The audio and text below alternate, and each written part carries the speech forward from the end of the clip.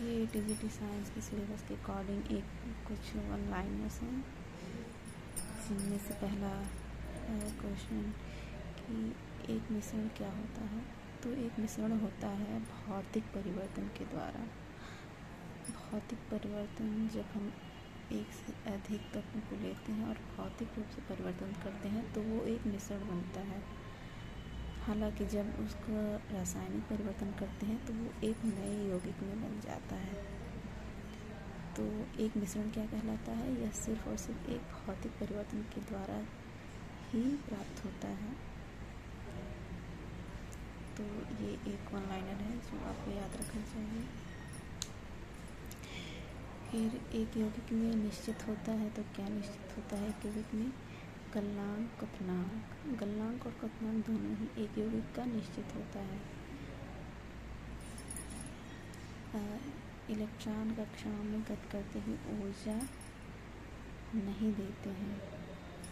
ये बात ज्ञात करने लायक है कि इलेक्ट्रॉन कक्षाओं में गत करते हैं तो वो ऊर्जा का उत्सर्जन करते होंगे, पर ऐसा नहीं होता। इलेक्ट्रॉन कक्षाओं में गत करते हुए ऊर्जा का उत्सर्जन नहीं देते हैं।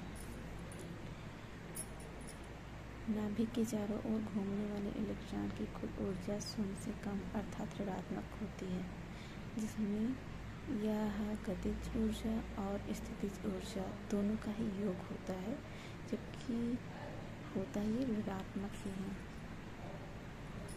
तो नाभिक के चारों ओर घूमने वाला कोई अगर इलेक्ट्रॉन है तो उसकी अगर हम कुल ऊर्जा यानी उसकी स्थितिज ऊर्जा और गतिज ऊर्जा दोनों का योग करेंगे तो वह शून्य से कम होगा। शून्य से कम होने का मतलब है कि वह ऋणात्मक होगा। परमाणु में इलेक्ट्रॉन की पहचान किसके द्वारा की जा सकती है? तो इन चारों क्वांटम संख्याओं के द्वारा की जा सकती है। चारों क्वांटम संख्याएं होती हैं जिसे डिनोट किया जाता है n, l, m और s से। बीटा कण